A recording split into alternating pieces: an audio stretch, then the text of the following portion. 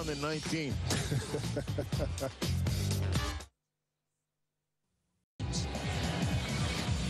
Well, and it could actually stretch out to 53 games, depending on how far the Islanders would go in the playoffs. But just the same, that's one of the most vicious things I've ever seen. I mean, I played the game my whole life. Evans' three is off the mark. Kobe fighting for the rebound with his buddy Devin George.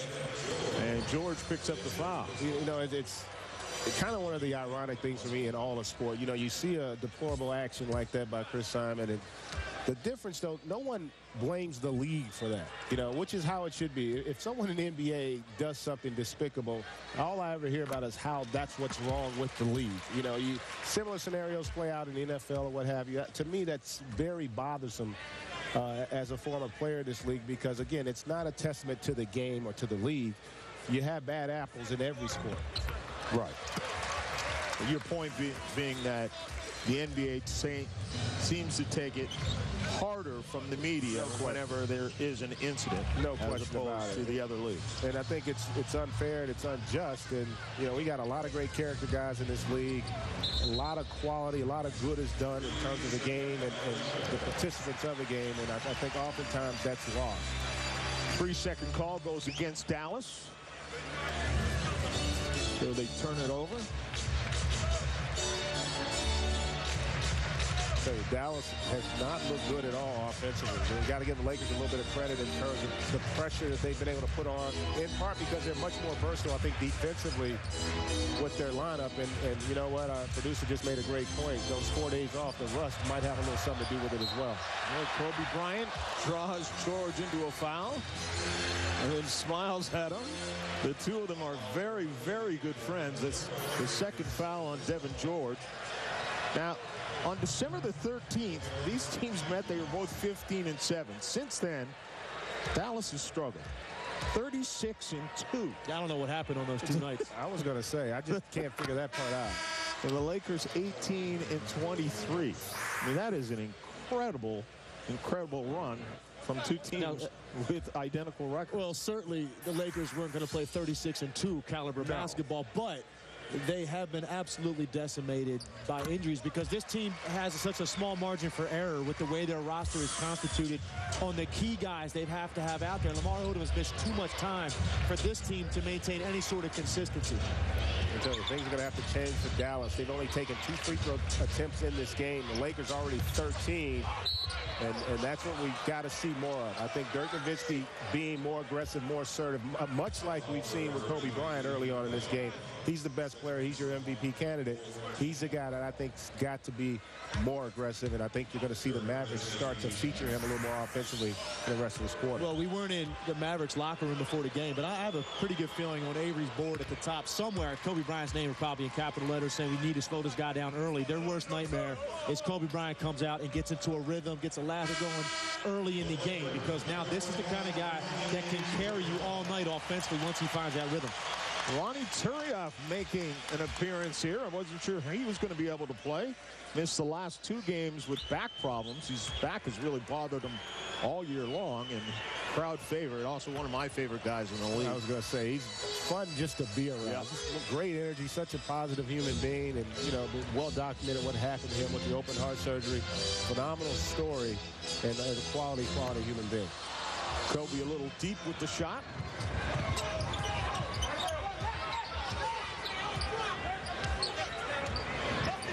Stackhouse comes to the ball.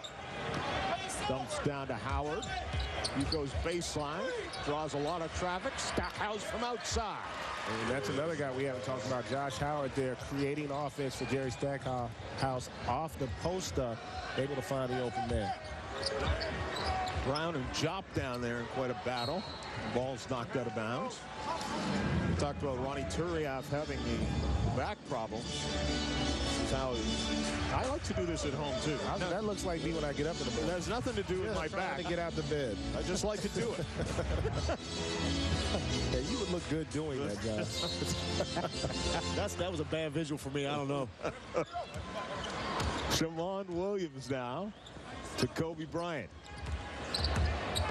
Creating space. Shammond Williams thinks about the three, moves it in, dumps it off to Kwame Brown. A little strong with the finger roll. And really, it's plays like that have been a microcosm of the struggles Kwame Brown has had. His consistency and inability to really finish around the rim. That time, spoon-fed a layup. They need him to finish those plays. They got to get easy points. Jop does exactly what you're talking about at the other end.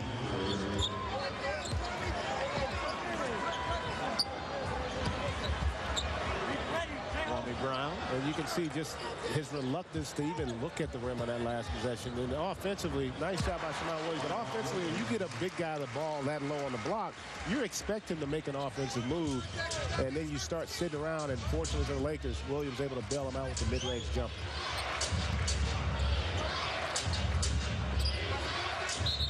Nowitzki defensive 3-second call again. Going against the Lakers. It's the second one of this quarter.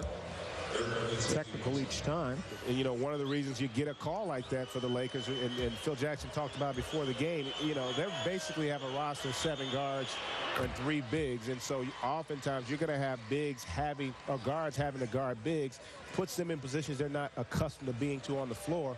And therefore you oftentimes will get those illegal defenses, which as the game goes on could prove critical.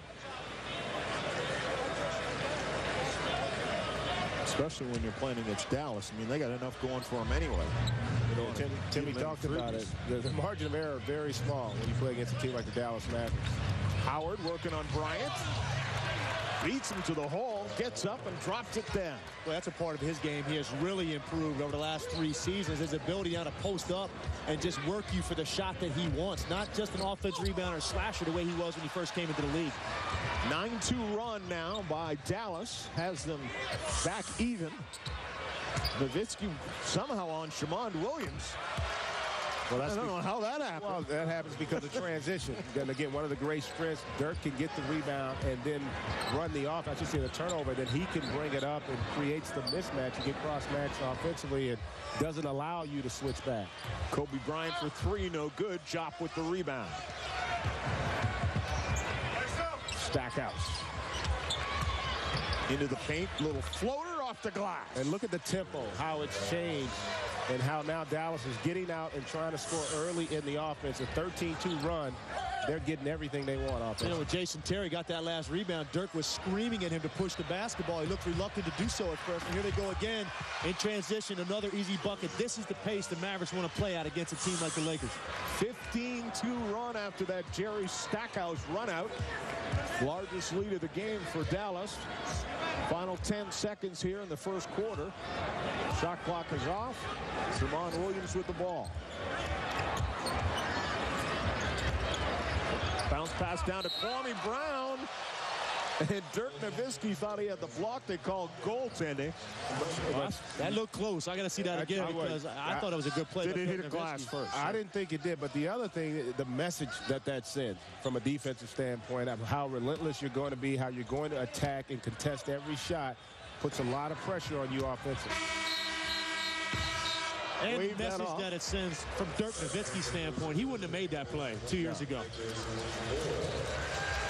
Well, a big run as the Mavericks make their last 5 shots and take a 4-point lead at the end of the first quarter.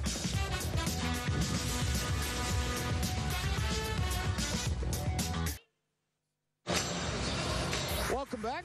We're about to enter the second quarter. We talked about how many injuries that the Lakers have suffered through, and the biggest one, of course, right now, as they try and get their big men back.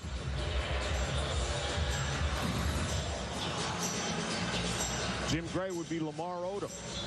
Well, John, that's exactly right. It happened March the 2nd, 10 days ago against Sacramento. Lamar Odom tore his labrum in his shoulder. It was the same one that was surgically repaired when he was playing for the Lakers a couple of years ago. But the Lakers have received very good news from Lamar and from the doctors. They are very confident now that he will be able to return next week. His range of motion, according to Phil Jackson, now is back. He's feeling very little pain. I just spoke to him. He is getting the strength back. He will start shooting this week, and he is hopeful that by the beginning of next week, That being 7 or 8 days from now, since I guess this would be the beginning of the week right now. 7 or 8 days from now, he will be able to return as we see Stackhouse go in on the dunk. That's great news for the Lakers because they definitely need him. He is the key to this whole thing. And it also puts into play what they will do with Scottie Pippen. Phil Jackson telling us before the game the window's still open. He's not sure, but he's waiting to see just exactly how Lamar Odom does and Luke Walton in their returns before he makes a decision on Pippen. John? Kwame Brown trying to make him move to the bucket, but loses the handle. 17-4 run. We got to travel. And Jason Terry. There's Lamar Odom. And, you know, as much as they miss Lamar Odom, who's obviously just had a very difficult year with all the injury, you know, you factor in everybody else, and you can just see how poor they are, both offensively and defensively, because he has such great presence on both ends, his versatility, and Phil talked about his ability to guard Dirk. Dallas right now is up their shooting percentage to 50%.